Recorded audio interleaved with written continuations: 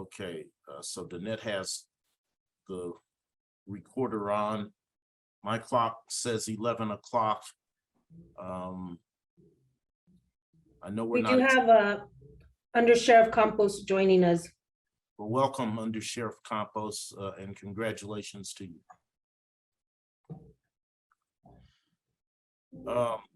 And so without objection, I'll go ahead and call the meeting to order and ask Danette to take roll for us.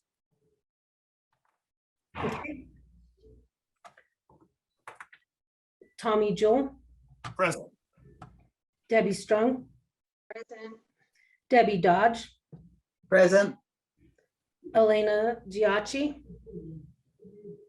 Oh, Elena emailed me last night. She had a family emergency and wouldn't be able to make it today. Okay. So the record may so note and count her as excused. Okay. Diane Layden.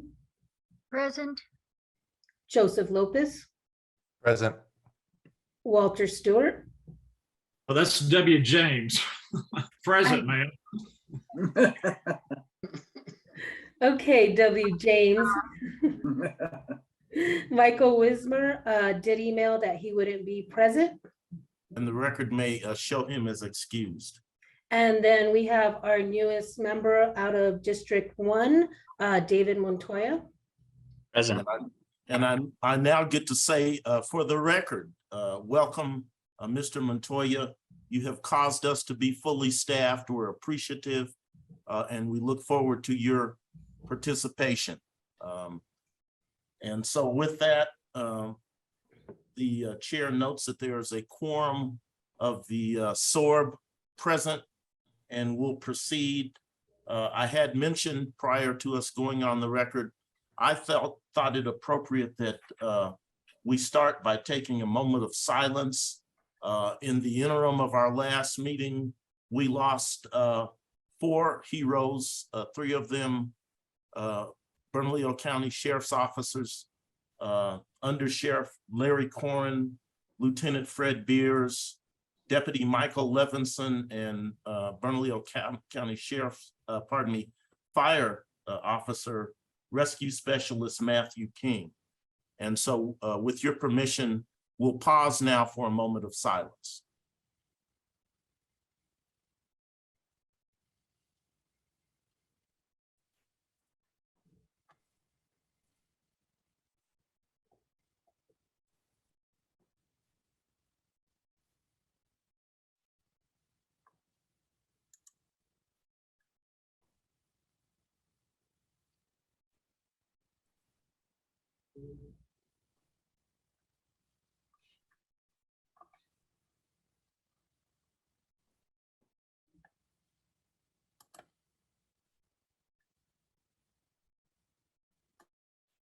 I thank you all and recognize that as that tragedy occurred, several of you reached out to me and to others on the board. I think we were well represented at the memorials for each of these heroes. Vice Chair Strongen assisted by drafting letters for my signature. We communicated with the sheriff and with others about this loss. Of course, we have enjoyed the participation of Under Sheriff Corrin during perhaps all of our previous meetings, and he'll be missed. I am, however, pleased to report that we did receive a communication indicating that there are now 2 new Under Sheriffs. I believe Danette has brought to my attention that Under Sheriff Campos is on with us. I don't know if the other new Under Sheriff is on with us as well. And Under Sheriff Campos, in each of our agendas, there is a place for the Sheriff's Office comments. We will appreciate any comments that you would like to make, and we welcome you.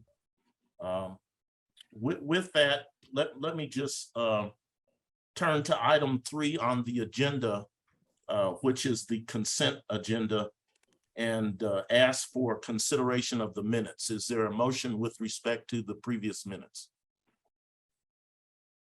I move to approve. Second, It's been moved and properly seconded that the minutes from the July 8 meeting be approved. Is there any unreadiness? Those in favor say aye. aye. Aye. Aye. Any opposed? Hearing none opposed, those will stand as our minutes for July 8, 2022. And I will move to item 4. Again, I welcome Under Sheriff Campos. Sir, thank you for being with us. And if there are comments that you would like to make, now would be an appropriate time. Good morning, everybody. Thanks for having me. Good morning. I Good morning. apologize. I'm doing double meetings right now. I'm actually stepped out of a meeting for COOP planning for the county. So I wanted to make sure that I make an appearance here. Yeah, I just wanted to let you guys know a little bit about myself. I think it's important that you know who you guys are speaking to. So my name is Joshua Campos, Bernalillo County Sheriff's Department. Been with the Sheriff's Department over 21 years. Currently assigned as the undersheriff. I was appointed as in replacement of Undersheriff Covington upon his retirement late last month. A little bit about myself. Born and raised Albuquerque, New Mexico. Half Native American from Isleta Pueblo. My mom's full Isleta. My dad is full Spanish. Went to Albuquerque High. Graduated with my associate's degree from TVI at the time, currently now CNM. Went on and got my bachelor's degree in human services, and I have a master's degree in business and organizational security management. Been in charge of just about every division of the department, from patrol to special operations, SWAT, K9, ERT, training, purchasing, fleet, academy. So pretty much just about everything. So I'm welcome. I'm eager to work with the board, and I gave you guys all my contact information via the chat messaging. Feel free to call me anytime. That phone number is actually my cell phone, and it's open and available 24 hours a day, 7 days a week. So if you guys ever have any direct questions for me, you can reach me at those 2 contact areas. Other than that, I got nothing else. Thank you. Thank you, Under Sheriff Campos. With that background, I'm sure that you will lend a lot to our proceedings. So I look forward to your participation. And are there any questions for Under Sheriff? This is a baptism by fire, sir. You and our newest board member, I throw you directly in. So are there any questions at this time for Under Sheriff Campos from the board? Any questions? I see our vice chair's hand up. Literally. Thank you for joining us, Under Sheriff. I don't know if you can answer this question. One of the things that the board is required to do by statute is to review standard operating procedure. And Jim Stewart and I have been, we're on the subcommittee to accomplish that task.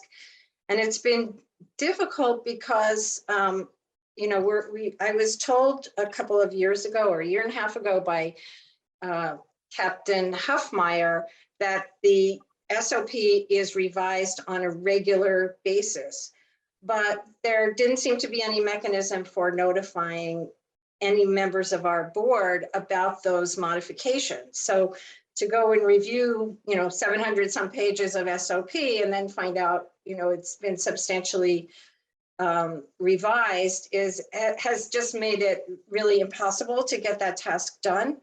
So I'm just wondering if you could possibly look into some way of looping us into the notice that I guess goes out to BCSO staff when SOP is updated. Absolutely, we'll look into that. Great. There's obviously often updates to our standard operating procedures, and it can be something as simple and as regular as we're changing, for example, he and her to them, for example. Right. We're changing the name of the Bernalillo County Sheriff's Department to Bernalillo County Sheriff's Office, because it's actually an elected office. It's not a department. So I'm not sure if you guys want to be notified on something as trivial as that. or something where we're actually changing policy, because the meat and potatoes of the SOP for the most part is staying the same, but when we make minor changes like that, I don't know, that's something that you guys want to be notified about. In addition, there's times where we change our organizational structure. Maybe someone's in charge of the SWAT team that was promoted to lieutenant, so we changed their name in SOP. Mhm. So I'm eager to work with you guys on that. If you guys just tell me exactly what you want to be notified about, but I feel you guys may be bombarded with a lot of trivial changes if I do it that way. I mean, I would say, and Jim, you can weigh in on this, but I would say to start off, since we haven't gotten any notices of any changes to date, maybe start out by sending us everything, and then we can make a determination as to whether, we're inundated to the point that we need to edit what we're getting. Okay, I don't and know. with that being said, I can send you a link to our website, and it has our current SOP up to date 24 hours a day. So if I make a change to the SOP today, it'll be updated on the website within 24 hours. Right. If you want a hard copy, I have no problem printing out a hard copy for you, but you're gonna get 800 pages of a SOP. If you want it on a USB jump drive or a CD, I can get that as well. But like I said, it's on our website, and it's public record, so we encourage the public to even read our SOP on a regular basis. Right. So if that's the link you want, I can get that to you as well. Well, that link we've had, and it's made fascinating reading, all 800 pages of it, I assure you. So we don't need that link. And I don't know, Jim, do you want a printout, or can we just work with what's online and make notes as needed? Under Sheriff, the question I had is, I speak Power DMS. I've used it in my previous life, and I didn't know if we could be just added as an addressee, one of us, through the Power DMS. When you send out an email saying, hey, there's an update to policy X, and then your employee goes in and looks at that, reviews it, electronically acknowledges that, if we could have some sort of notification of that nature. And then what I've been trying to determine is, what is the process for updating policies? Does the captain sit in his office by himself and just decide what he's going to do? Which I know is not the case. I'm being hyperbolic here, but does the command staff, what's the pecking order for deciding whether or not a policy needs to be updated? Do you have in-house counsel that reviews it for you from a law aspect, those sorts of things? So I'm not made much progress on identifying how policies are updated. But I've accessed your the policies online. It's not really an issue for us. We can get at them. It's more the background of what happens to how you decide, okay, we need to update this policy. Absolutely. Very good question, Mr. Stewart. To answer that very simply, we have an SOP committee. The SOP committee is composed of a captain. It was Captain Lori Carrillo. She recently being promoted to chief deputy, and she will maintain that assignment of the SOP committee. As part of the SOP committee, she has people on that committee. They meet, I believe, once a month to review SOP. We encourage all our employees, the public and whatnot, if they want a change to SOP, and they have a different idea, or they created a brand new unit or whatnot, to present that offer to the SOP committee, and the SOP committee will actually review it. And they're the ones that make the determination of any changes should be made, any edits should be made, or additions should be made. And then that in turn is submitted to the sheriff for his final review. And he's obviously the elected official. He'll make the determination if he wants to change SOP. But to answer your question in the simplest form, we do have an SOP committee. The SOP committee is headed by, was a lieutenant, it's going to be headed by a chief deputy now. On the committee is a couple of lieutenants, a couple of sergeants, a couple of patrol deputies. We even have a civilian on the SOP committee, a civilian employee, I should say, not a civilian outsider, but a civilian employee, because a lot of times our SOP affects our civilian employees as well. So yeah, to answer your question, yes, we do. And that's the process. I can also email you the form process and who's on the committee if you want that as well. And let me just interrupt and say, well, I told you it'd be a baptism by fire under Sheriff Campos, and indeed my committee jumped right in, and so there is an agenda item. I guess we're supposed to discuss it. In addition, you know, certainly we want to have somebody that they can be in contact with on a continuing basis. I don't know if that's you, or if you want to indicate to them somebody that they might communicate off meeting with, but that would be helpful. I think that had been Captain Huffmeyer, and I guess that is no longer the case. So if you could indicate who that is, perhaps them turning the fire hose back on you. I guess you were offering them 800 pages, and they're saying they'll take you up on that, and asking some fairly substantive questions. So if there's somebody else who better to field those questions, please indicate that. Otherwise, we'll look forward to more of this discussion as that agenda item comes up. Yeah, I think the easiest thing, and I think it'll please the board, is if you guys can give me at least another week. We have promotions coming up. We got 2 new chief deputies. Captain Huffmeyer and Captain Lori Carrillo getting promoted to chief deputy. We got 2 new captains, Lieutenant Ryan Schmidt and Lieutenant Brad Cooksey are getting promoted to captain. We're going to make the determination sometime early next week on where they're going to be assigned, what they're going to be in charge of. After that point, I think the easiest thing that I can do for the board is I'll give you guys basically an organizational chart of who's in charge of what. So if you have a question about the East Area Command, you know what captain to call directly. And they'll all be given the authority to speak with the board to answer any questions. Thank you so much. Dr. Layden has a hand up. Thank you. I have a question for Under Sheriff Campos. First, welcome. Congratulations. Our board has previously talked about the Metropolitan Crime Initiative that the mayor has set up for this summer. There was supposed to be a meeting on July 19th, but it was canceled. But there's another meeting scheduled on August 16th. Last year, the sheriff's office didn't participate. So our board asked if we could attend these meetings. We do have permission. I am planning to attend the meeting in August, and I'm asking if someone from the sheriff's office will attend the MCI meeting on August 16th. There's another one in September. If you would just look into that. If anyone, if a designate could go, I wouldn't expect the sheriff to attend. I believe Under Sheriff Corin told us he was planning to attend. That's my recollection from our last meeting. Under Sheriff Corin, thank you, Dr. Layden. I believe that's correct. Not only was he planning to attend the next meeting, but indicated to me that he had attended previous meetings.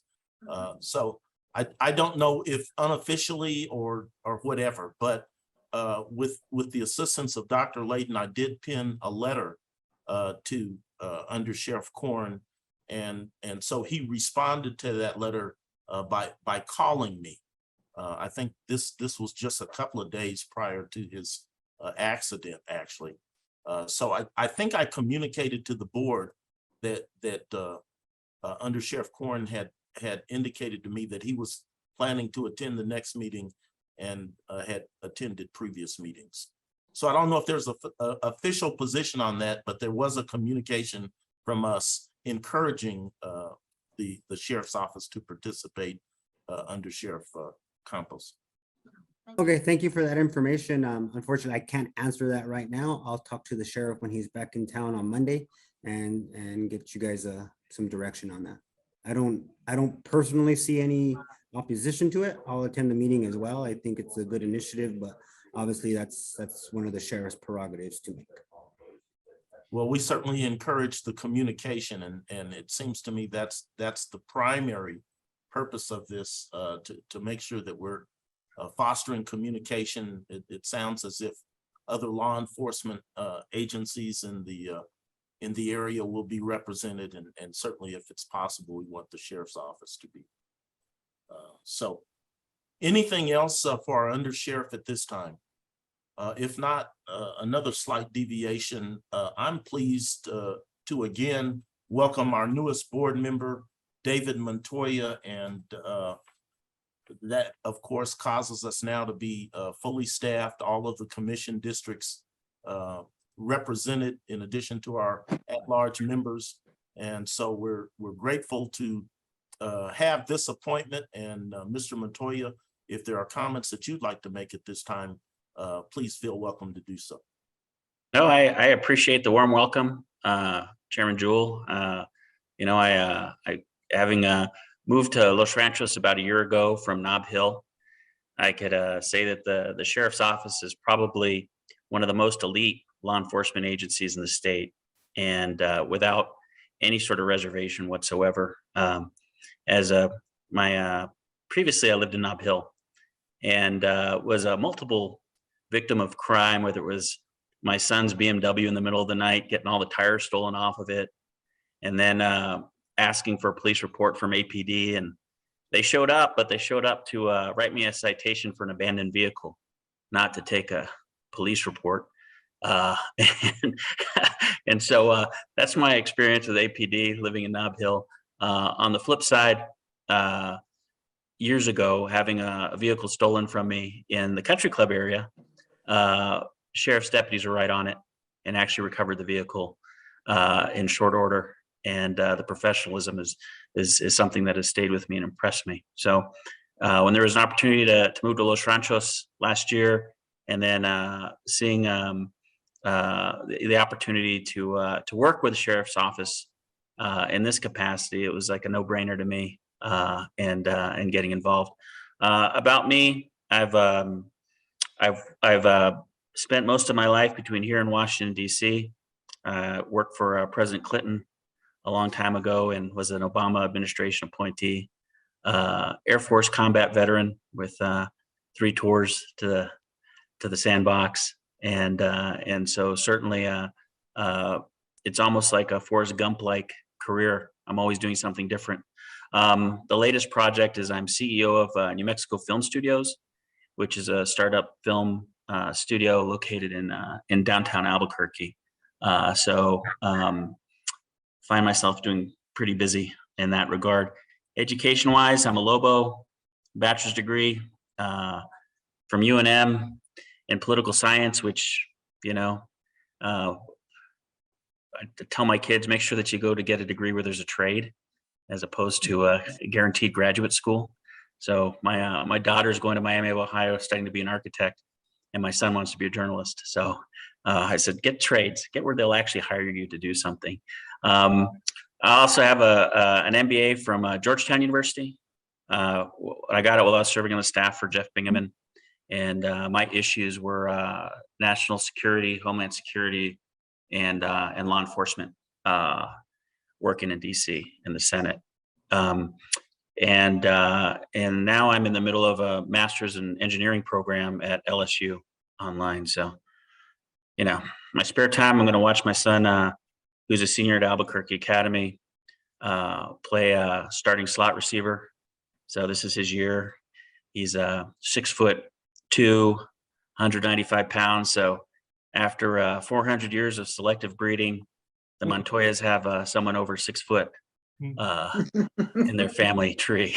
So, so that's me. I live in Los Ranchos with my wife Salil, my 2 stepkids, and sometimes my biological son half the time, and my daughter's off in college, which she graduates in 2 years, which means she might move back in with me. Who knows the way these kids are nowadays. But I'm happy to be here. Got a lot of experience when it comes to committees like this. I'm currently the state vice chair of the Democratic Party for Congressional District 1. So you want to talk about long involved meetings. I'm used to it, so throw it at me. I'm happy to help. I hope that's not the experience that you have, but we'll do our best to make you comfortable. So Deal. Good deal. again, welcome. Any questions for Mr. Montoya? All right, seeing none, we'll then go back into our agenda. Item 4 on the agenda is our public comment. Obviously, that is chiefly why we're here to promote communication between the public and the sheriff's office. Did we have anybody sign up, Danette? Prior to the meeting, I did go in to check. No, nobody has signed up. Okay, is there anybody in the Zoom who wishes to address the board? We do have a KOB present. I believe the last name is Anderson. I'm not sure what their first name is because it's M. Anderson. Okay, M. Anderson, if there are questions or comments under our provision for public comment, we'll hear you at this time. Mr. or Ms. Anderson. I have promoted them to talk. Oh, okay, there's a hand. I think you're muted.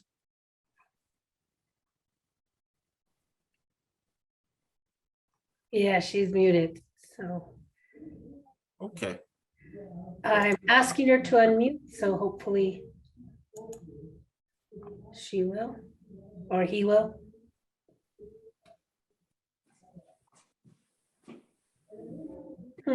and so maybe it's just a matter of reporting and there's not a desire to speak, and that's fine.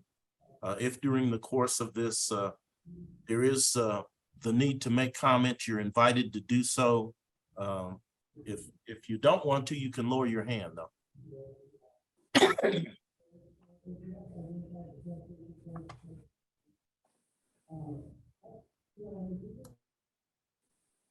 Well, okay, I'll move on with our agenda. We come to the old business portion of our agenda. 6A regards a update on the discussion of the annual report outline. Vice Chair Strongen has just done a tremendous job in keeping us on track on the annual report. She produced the annual report last year. She's asked for 3 or 4 updates from us. And I'll now turn it over to her to brief us on where we are with respect to the annual report. Okay, well, I sent out draft 5, I think on Monday of this week. So I've gotten a little bit of feedback from a few people, but I want more feedback. So, and David Montoya, I guess we'll make sure that a copy of that goes to you, because we have a small bio of each member of the board. So I've read your very impressive resume, and possibly you can extract out, a smaller paragraph of what can be in that report. And we'll also make sure that you get a copy of last year's annual report, because I think it will be instructive, about where we're coming from and where we're headed. So, and maybe Danette could send those things out. Yeah, I will get those to him. Great, thank you. And other than that, I need your guys' feedback. So if anybody has any comments or edits and wants to raise them now, that's fine. Or you can just email me separately or call me. Because as I have said in the past, this is not my annual report. This is our annual report. And Under Sheriff Campos is asking for a copy. So Danette, please include him as you furnish Mr. Montoya with a copy. Okay, do we want to, I guess we can send out the one that's in draft form. Well, I was talking about last year's report in particular, but yeah. Yeah, I don't know if he you know, certainly we'll make a section for any sheriff's comment, and I think the statute provides that we're to give the undersheriff a copy of our final report, and I think we did that in advance of our turning that into the county commission. So there'll be those opportunities with the report we're preparing for the current year, but certainly furnish under Sheriff Campos our previous report. Yeah, and I think we're aiming to get this done, you know, hopefully in pretty final form by our October meeting, because we need to have it finalized and give it to the county commission by January 1. So there should be plenty of time once it's finalized for, you know, for the sheriff's office to look at it and make, you know, give us any input that would be appropriate, but I don't think the sheriff's office needs to look at, you know, draft 6. Sure. Okay, anything else, any questions from the board? Ms. Strong and Yeah. Deb, if you will, I'm a deadline guy, and you said October. Can you be any more specific about, you know, kind of the drop dead dates that you see? Okay, well, I think that, you know, this draft 5 obviously is going to need, you know, some revision based on what goes on over the next several months, but I would like, you know, anything that anyone wants to add, or, you know, at least general topics to, you know, let me know if you think there's something that's not included at this point so we can flesh it out. I would like to send out another draft, you know, before the next meeting, which will be September, whatever. And after that, I mean, that should be very close to final. So I would like to get any remaining comments other than things that are still in progress in time to have a redraft that's basically final for the October meeting. And then, because that's probably not going to really happen that way, we'll, you know, have another couple of months to get it totally final. You know, it has to be finalized really by our December meeting because we have to have it in January 1. So, you know, October, November are the times we really need to make sure this is done. Correct, because we need to vote on it in December. Mm-hmm. It needs to be in final form before we vote on it. Right. Okay, thank you so much again. Yeah, I just want to add one thing also is that, you know, for the benefit of Mr. Montoya, we have under the statute that created this committee or board, we have an obligation to give recommendations to both BCSO and the county commission. And we also have instituted a process so that anybody who, you know, if we have a majority that votes to issue a certain recommendation, but there are people who don't agree with it, those people also have the right to submit their view, which will be included in the annual report, even if, you know, if it's a minority view. So I just want to make that clear. Okay, thank you. And Mr. Montoya, it looked like there was a request for your email address in the chat. Yeah. If you would provide that to Danette, it would be appreciated. If you want to make that public, you certainly can. So is there anything else with respect to annual report? Very good. Moving on to item B, update on the SOPs. We've had some conversation about that. Anything further on that, Ms. Strongen or Mr. Stewart? I don't really have anything further. I'm looking forward to getting, you know, more information about the updates so that we can really get into this review that we're required to do. I don't know, Jim, do you have any other comments? No, ma'am, I don't. Okay, thank you both for the work that you're doing there, and under Sheriff Campos in taking the time within the next few days to determine who is best from the sheriff's office to put you in contact with. Item C is the update on the League of Women Voters and Candidates Forum. I know that Deb Strongen and Dr. Layden have been working on that in addition to Elena Giacchi. And I know that our staff attorney, Daniel Roberson, had recently sent something out talking about limitations. Is there a report on that effort? Either Dr. Layden or Deb Strongen? I just wanted to say that Dr. Layden and Ms. Giacchi are really doing all the work on this. I'm just kind of a bystander on this. So Diane, please go ahead. Okay, hi. I'm in touch with Karen Wentworth from the League of Women Voters. Her last message on August 4th said, "I am hopeful of getting something set up in the North Valley." This is for David Montoya and Under Sheriff Campos.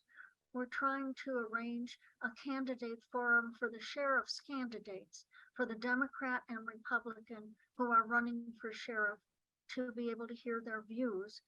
We can't do this ourselves because it's political.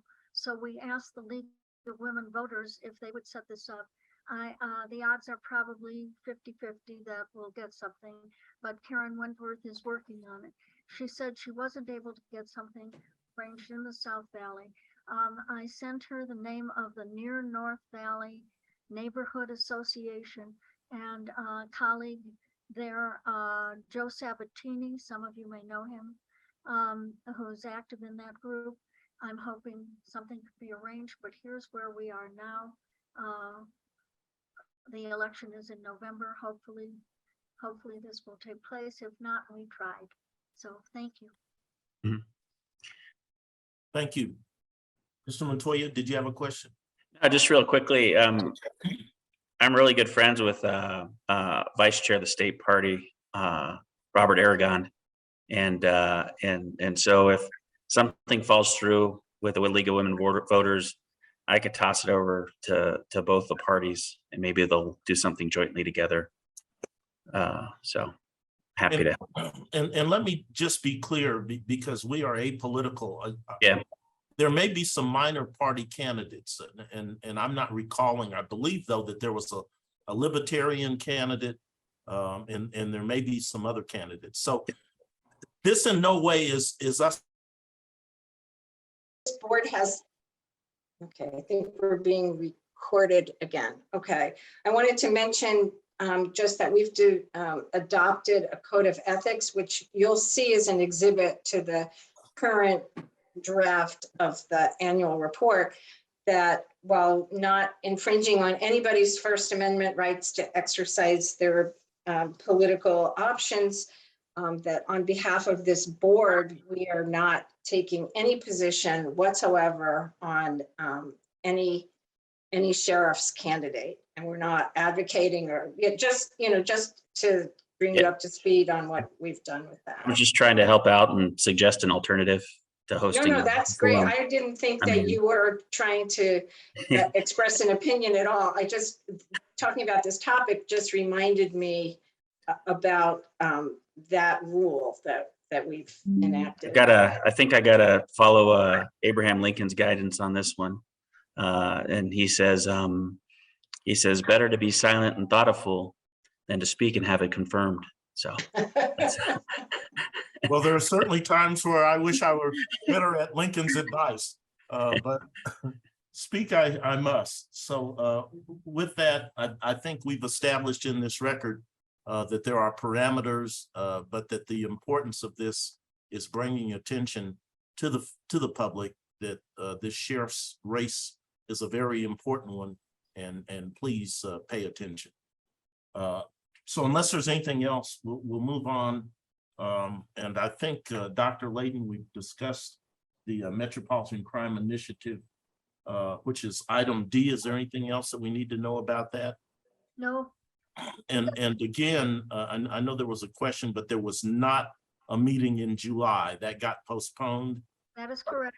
Are they then taking up the subject matter that would have been convened in July and August, or what is? I haven't received a message yet. If I don't hear today, I will contact Ms. Maestas in the mayor's office to ask what the plan is for August 16th. And refresh my recollection, Dr. Layton. Now, I know you and I communicated, and I said, please, if you would attend on behalf of the SOARB. Yes, Uh, I and, will and so that appointment has been made by the chair. If there is interest in others, that's not to exclude. How did it happen that we got an invitation, Dr. Layton? You asked if we could go, so I Okay. contacted Damon Martinez at APD. He is the liaison. Is Under Sheriff Campos here? Just so you know, Damon Martinez at APD is the liaison. I asked if members of the Sheriff's Board could attend MCI meetings. He said yes and gave my name to Ms. Maestas at the mayor's office, and I received an invitation. And then I notified Judge Jewell and Vice Chair Strongen that I was planning to attend. And I think Elena Giacchi was going to attend representing a different group, not representing this board, but as part of another group, because members of the public can also attend representing other groups interested in reducing crime in our metropolitan area. That comports with my recollection. Anything else on the MCI? Well, thank you, Dr. Layton, for representing this board and your interest in that. We'll move on then to new business. And I have one item listed there. It says work with BCSO on transparency of policies and understanding how and when policies are updated. And I think that's part and parcel of the SOP discussion. Was there anything else on that, Ms. Strongen, that you think Ms. Giacchi had? I think she brought it up in a meeting and I said, well, you know, let's put it on an agenda. But I don't see anything different, and she's not here. So if there is something, I'll certainly invite her to put it back on, but otherwise I think it's subsumed in the work that you and Mr. Stewart are doing, Madam Vice Chair. So I agree. I think there were at least a couple of other things that occurred to me that we might have interest in knowing about. One, I think, was mentioned by our Vice Chair and Deb Strongen. Would you talk about that a bit? I think in your communication to Floyd, you had mentioned a matter.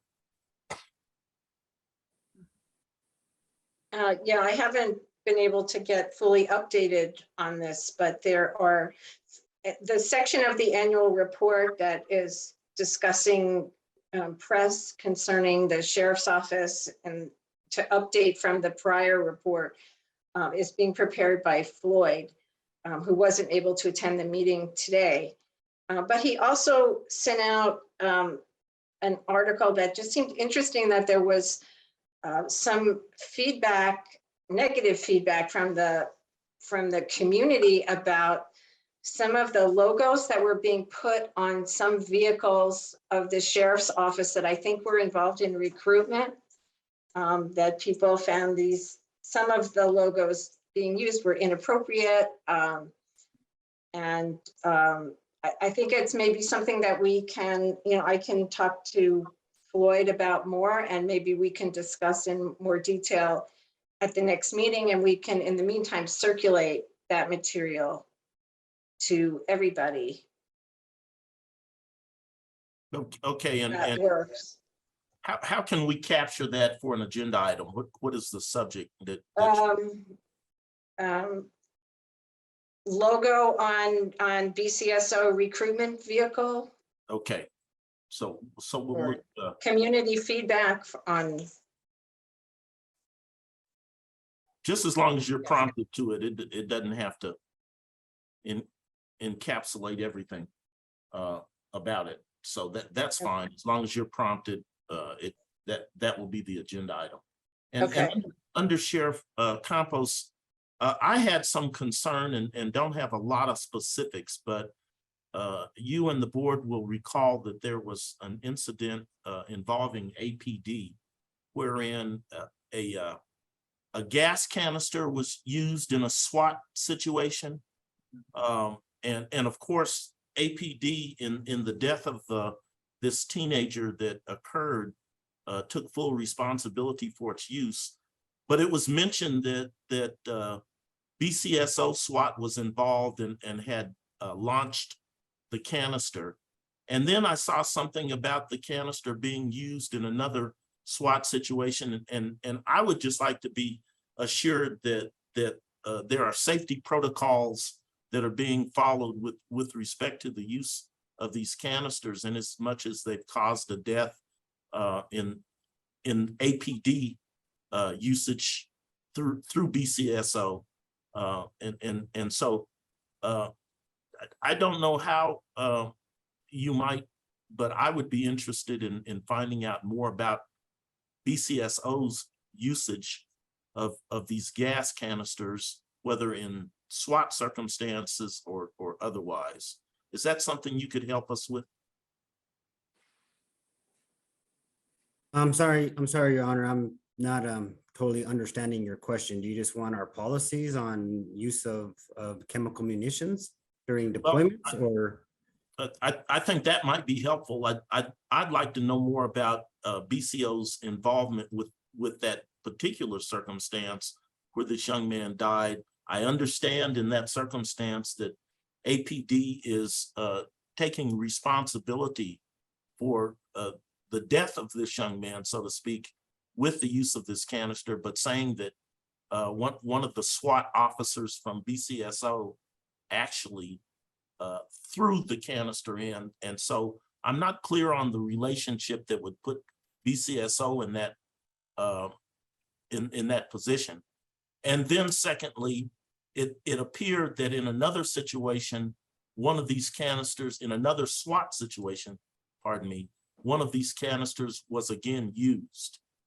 And so, you know, I could, if that's not intelligible, I can probably go back to the press articles and ask, you know, more particular questions.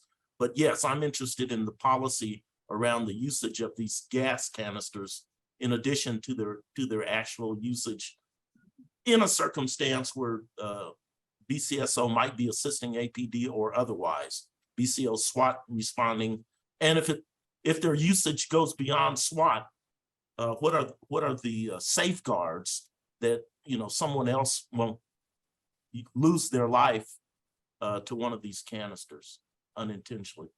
Okay, Your Honor, to summarize, you would like a SOP on how the chemical munitions, they're not gas canisters, they're chemical munitions, are actually used and deployed by the Sheriff's Department. Correct. And as far as the incident involving APD, I'm not going to comment on that. Okay. Yes, so we're served with a tort notice, so I'm not going to comment on any of that stuff as well. However, the police report is public record. If you would like a copy of the police reports, I can more than happy facilitate that for you, or you can contact our records division as well and get that as well. Okay. Well, I do have interest, so any information that you can share without compromising the sheriff's position, I would appreciate. And having raised that, I don't know if anyone else is familiar, and if I've captured concern that other board members or the public might have. I see Dr. Layden's hand. Concern. Yeah. Okay, Dr. Layden, you didn't need to speak to that. Have I captured it? No, I just. Okay. Thank you. Judge Jim Stewart, may I just tag onto that for just a second? Under Sheriff, is there an interagency agreement between the various law enforcement agencies in and around Bernalillo County? There is mutual aid agreements, yes. Okay. And does it address special weapons and tactics? Most of them are generalized, but yes, they do. Okay, thank you.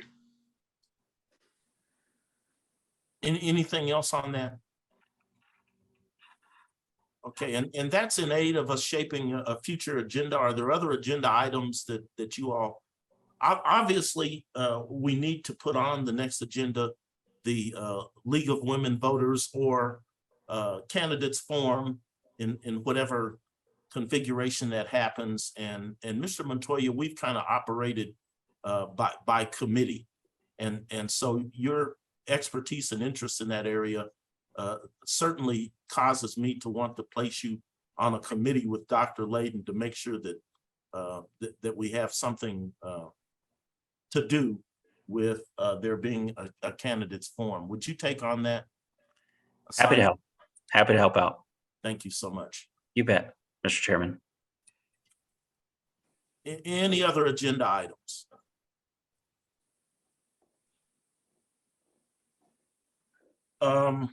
It appears that our next board meeting would be Friday, September 9, 2022, and there needs to be some decision on whether that will be an in-person meeting or whether we'll continue in the fashion that we have through via the Zoom. Are there any comments on or positions that you all want to assert on whether we start to meet in person? We had envisioned that September would be the date. We did have, I think, an upsurge in COVID infection. And now, as I understand, the CDC is taking a lesser position and saying, wow, if you get COVID or if you're put in contact with somebody who has COVID, that you needn't isolate. So I'm not clear on what the CDC position is. Daniel, do you know what the county commission's position is on us meeting in person? They haven't provided any additional guidance. I just actually saw CDC change several requirements today. I can say that many probably know on Tuesday it went full virtual because of the uptick during the summer. But there are some groups that do meet in person. The MDC oversight board meets in person. So it is up to the general group. Okay. Let me throw this out. Another meeting by Zoom, and then let's see where we are for October. How do you all feel about that?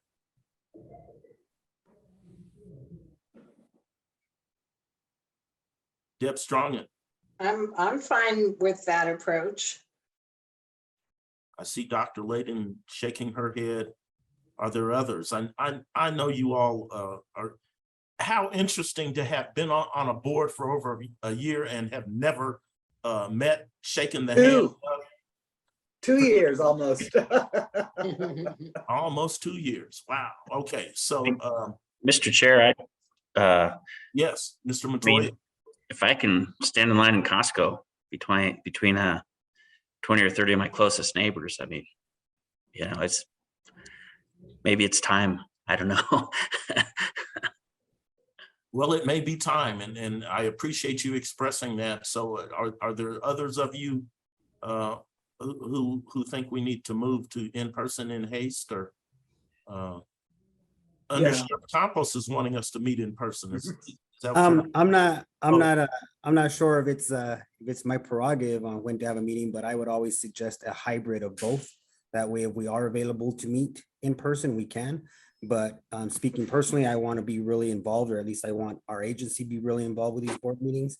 And unfortunately, the line of work that we're in isn't always available to work online. I think that goes for everybody that's on the SOARB board. But I would like to meet in person. I would like to shake everybody's hand. But I would also think it'd be beneficial to have that opportunity to meet online if we need to. And let me just clarify, as I say in person, we're talking about hybrid. That has been the position of the board, that this tool we call Zoom or Google Meet or whatever we're going to call it, this audio visual vehicle will continue to be used. It's just a matter of us meeting in person, so that your concern is accommodated there under Sheriff Kern. Under Sheriff Campos. We would continue to meet hybrid. Judge Jim Stewart, if I may, I've been poking this for a couple of months now, and I'm the new kid. You know, I only know you through a digital image. I'm sorry, I have a newer kid now, a rookie. I would really like to get together. I would really like for the undersheriff to host us at the sheriff's office so we could at least, you know, see the facility that we are pledged to support and advocate for. You know, my last year at the sheriff's office in Texas, I ran the agency via Zoom, but then I knew everybody and I still was able to physically be with them. But all of our meetings, et cetera, were via Zoom. And we've not really had that opportunity to build that relationship yet. So I think that that's probably overdue, that we do physically get together, those that are comfortable. So anyhow, that's my 2 cents worth. Okay, and I appreciate that, Mr. Stewart. There was a lot you unpacked a lot there, including an invitation from Mr. Campos. I don't know that he has the capacity to host us at the sheriff's office, but Danette had been working on a facility for us with the county. And Danette, is it your sense that it is possible for us to meet in person in October, if that's the pleasure of the board? I would like to. Unfortunately, I was looking forward to the hybrid that the county commission was going to do, so I could go in there and poke around and see how they did theirs and make sure all the equipment worked. But as you can see, that got pushed back. So I think we should.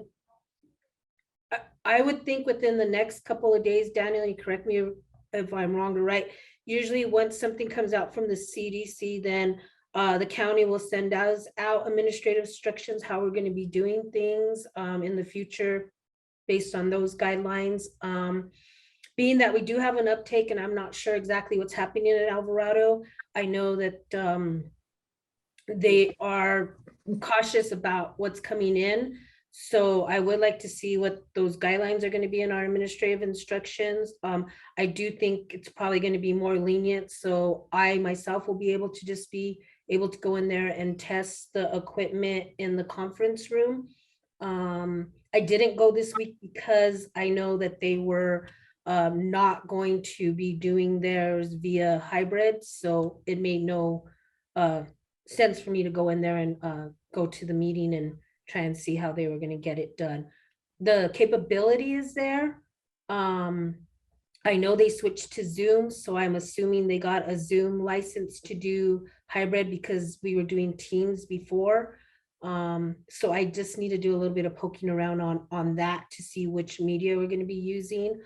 Here at Fire, we do hybrids. I don't know if the sheriff is currently doing hybrids. We could see about meeting here possibly too, if, you know, at the atrium. But yeah, if you guys would just allow me more time to see, I'd be more than happy to, but you know, if Campos wants to, Under Sheriff Campos wants to host anything, I'd be more than happy to go use your guys' equipment over there. Under Sheriff has extended the invitation. I don't think it's in concrete, but he says maybe November or December. And so, you know, we would be glad to take you up on that, but want to give you the opportunity, Under Sheriff Campos, to check it out and tell us what's best. So we appreciate that gracious offer. If you all would like, we can vote on it. Otherwise, I'm going to again say, you know, we'll go September Zoom, and then I would like to be ready for our hybrid for October, and perhaps then November or December, we're actually meeting at the sheriff's office. How's that sound to you all? Any objection?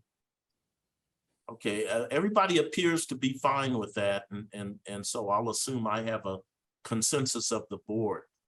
Vice Chair Strongen, you know, it concerns me. We're just not getting the level of public participation that we have in the past, and perhaps we need to put that on the agenda.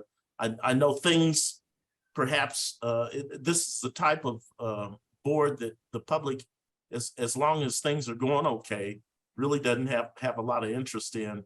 But you know, the minute something happens, that interest increases. So maybe that's just the nature of this. I'm not sure, but it concerns me, and I want to make sure that we're taking every opportunity to include the public.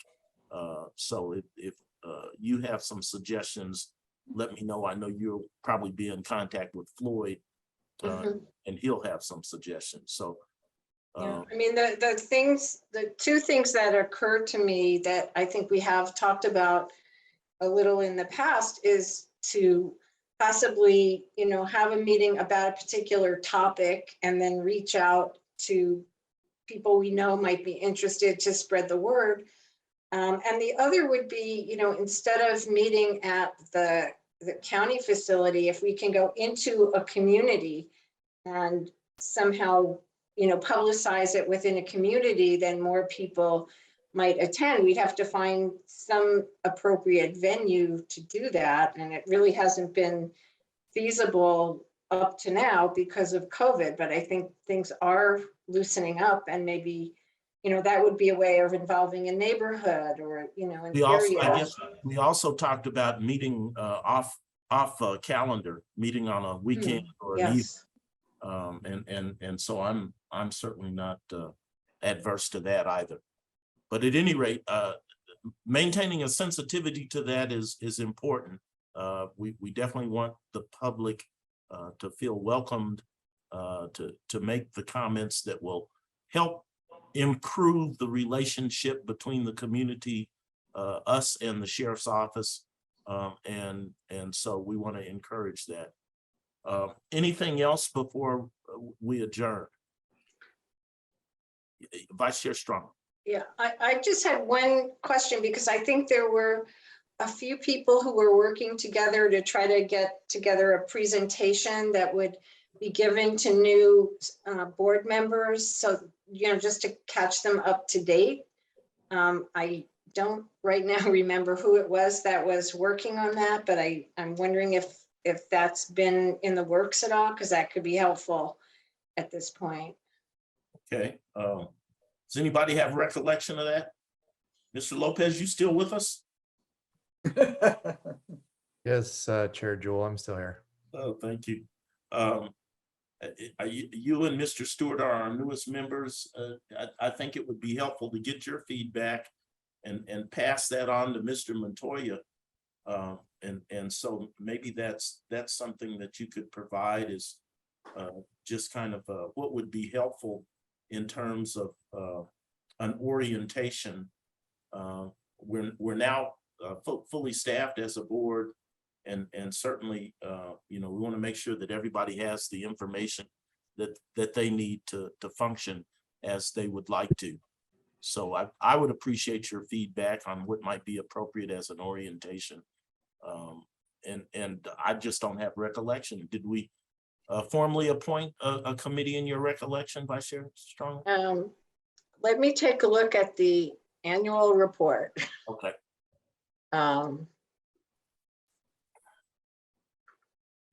It'll just take me a moment to pull up. Judge Jim Stewart again. I have been asking for a command briefing from the sheriff's office, of one over the world, of how the sheriff's office is organized, what their functions are, how do they work, etc. And I've read the ordinance establishing the SOARB, and that pretty much spells it out. But the nuances of who can talk to who can advocate, what are the things that are acceptable on your part as our chair as to what we can and can't do, those sorts of things.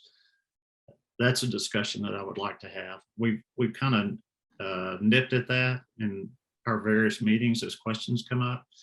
But I think some guidance from you as our boss as to what we can, can't, shouldn't do would be helpful to me. Because I'm a problem solver, so I want to go out and do stuff, but I don't want to do things that are going to cause you or the vice chair or the undersheriff any heartburn. Well, while I'm flattered, I'm not a boss. I'm just chairing these meetings. So, but if it's helpful for me to have that kind of capacity, there have been times, for instance, in terms of making sure that this board can speak to the outside with one voice. I think it's important that communications come through the chair. And so that principle has been codified in our procedures, and we do have a procedural rule, and I hope everybody has that. If not, please contact Danette and get that. But as has been previously mentioned, we're almost 2 years in, and so it's still in the life of this organization fairly early, and so we're doing this, and so that's helpful to know, and so that we move that conversation, Mr. Stewart and Mr. Lopez, if you all would chair such a committee, it would be helpful, and let's make sure that we take some time to make sure that everybody is comfortable with knowing the protocols, so to speak, as we move forward. Right. And another piece of it, Judge, is that, you know, several of us represent districts. What's my responsibility to that district? What's my responsibility to that commissioner? Is there any? I mean, he's the one that interviewed me and appointed me. And I mean, do I advocate for the district in which I live? Well, I mean, that's a good discussion. Certainly the ordinance doesn't make you beholden to your appointor or the district, and I therefore have to assume that you're in a position, as would be a judge who had been elected in a district, to do what's right and advocate for the public generally. But you know, if we need to have a discussion about that, and you know, maybe the commissioner that appointed you thinks that you do need to represent him or her, you know, maybe we need to ferret that out. I don't think that that's the case, though, Mr. Stewart. You're here because you have expertise, and beyond that, have common sense, and so I think you're in a position to employ both, and that's your charge. That's just my take. Anybody else can speak up on that. Deb, you have a hand up strongly? Yeah, I just wanted to say I checked what's in the current draft of the annual report, and that says that Jim Stewart and Debbie Dodge are on the subcommittee to do an orientation, but it looks like that's coming as a surprise to both of them, which shows me how far you've read the annual report, but never mind. Okay, and I know Debbie Dodge had the experience of the academy, and so that was why she was on, and so let me just expand that committee with Mr. Lopez, and if you all would give us some report next meeting, I'd appreciate it, and perhaps reach out to Mr. Montoya and make sure that he's gotten the materials that he needs to be functional. I am a blank canvas. Please paint on him. So, Mr. Chair, real quickly, Yes. I really appreciate your take and your ideas about having this meeting in person, but in different places in the community. I think it's really important. I also think that, you know, addressing topics like school safety in the wake of recent events, and what the sheriff's plan is for that, and the role is topics like that, you know, that not only provide a platform for the sheriff's office to share with the community, but also make us a whole lot smarter on what their procedures are and how they approach things like that is just going to make us better informed commission members. So, you know, I think those are two really good ways you're moving this into community areas, and when we have these meetings, but also, you know, promoting different topics in which the law enforcement community interacts with the public is super important and highly relevant as we look at events that happen in Uvalde and around the country. You know, they're confidence building in our law enforcement when they're able to have that kind of interaction with the public. So. Well, certainly we're seeing the utility of your appointment. So thank you for raising that. And you know, Under Sheriff, we're hoping that you'll function kind of as a funnel for us to, in these discrete topics, to find where the expertise is in the department, to tell us perhaps what the interaction is with schools and you know, school safety and how the sheriff might be prepared. Is that something, Mr. Montoya, you'd like to hear from them?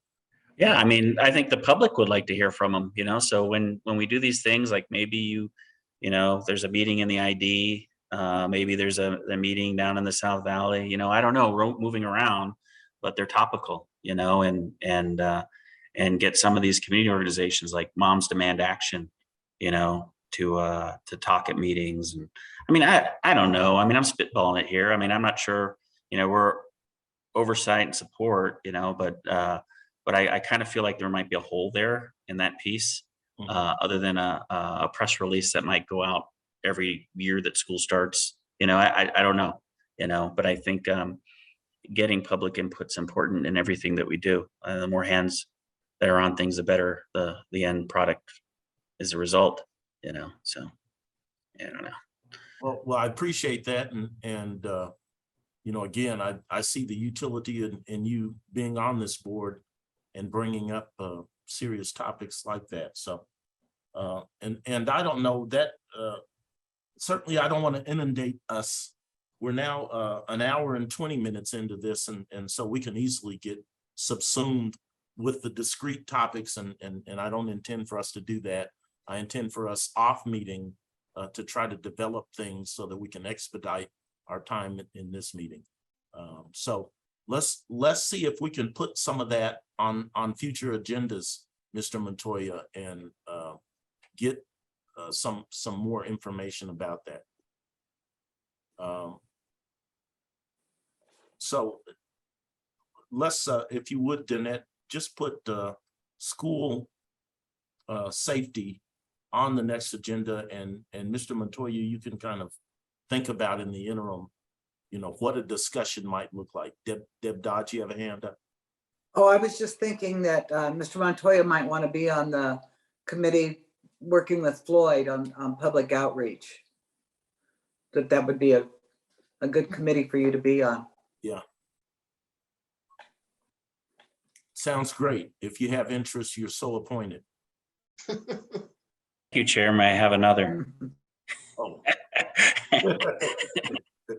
Yes, you can have another. We'll figure it out. It's like Catholic school all over again. A nun with a ruler. That's what I am. That's it. Okay. Anything else before we? Deb Strongen. Yeah, I just saw that Under Sheriff Campos had his hand up before, so I just wanted to make sure that there was, if he had a comment, that he had a chance to put it out. Thank you. I do have a comment, and I'm gonna have to get off the meeting pretty shortly here. My other meetings. We're gonna adjourn pretty 20 minutes ago. Oh. But just so I'm clear with the board, I'm looking at my notes right now. Just 1 second. I'm sorry. Within the next week or two, the sheriff's department is gonna have these promotions that we were talking about to chief deputy and captain, and we're gonna assign those persons different areas of responsibility. Once that's done, I'll email the board the names of the division commanders and area of responsibility along with their contact information. So if there's any questions from the board in regards to any of those particular areas, they can contact them directly. In regards to the notification on SOP changes and ideas, I'll look at different possibilities of how we can more readily notify the board on any SOP changes, including possibly using Power DMS and giving you guys a log on to do so. No guarantees there, but I'll look into that. I'll send you guys an outline, general outline of how our SOP is revised and how the SOP committee actually works. In regards to the Metro Crime Initiative, I'll speak with the sheriff about that and I'll advise the board. In regard to the SWAT call that Judge was talking about, obviously I'm not going to comment on the call itself, but I'll get you the police reports if that's what you guys want to review. And then give you guys access to the SOP on the use of munitions by the Sheriff's Department. In regards to possible hosting of the November, December meeting in person at BCSO headquarters or one of our substations, that offer is there. Just tell me the date and time and I'll make sure that we have a location for that, either November or December meeting. The only recommendation I can have, I apologize that I'm talking a little bit fast right now, but I'm new to the board, or not even on the board, but I'm new to these meetings. The recommendation I would have is perhaps, I know Mr. Montoya just mentioned school resource officers and school safety and whatnot. If you give me at least a month in advance, hey, we want some information on X, Y, and Z, I have no problem having the school resource supervisor unit sitting right next to me, because I'd be lying if I knew everything and anything about law enforcement. I don't think anybody in any profession is smart enough to know everything and anybody. I have my expertise in certain areas, but I have great employees that know specific stuff about their units. So I'm more than willing to have somebody sit right beside me so they can answer those questions directly. Or in the alternative, if the board wants to email me those questions, I'll make sure those questions are answered so I can speak on them. Other than that, I got nothing else. Thank you for having me. Thank you so much. Thank you. And certainly if you need to leave, please feel free to do that. Is there anything else that need come before the board at this time? If not, the chair will entertain a motion to adjourn. So moved. It's been moved. Is there a second? Second, It's been seconded. Motions to adjourn are not debatable. So those in favor say aye. aye. Aye. Aye. Those opposed, nay. All right, thank you. We're adjourned. Thank you. Thank you. Thank you much.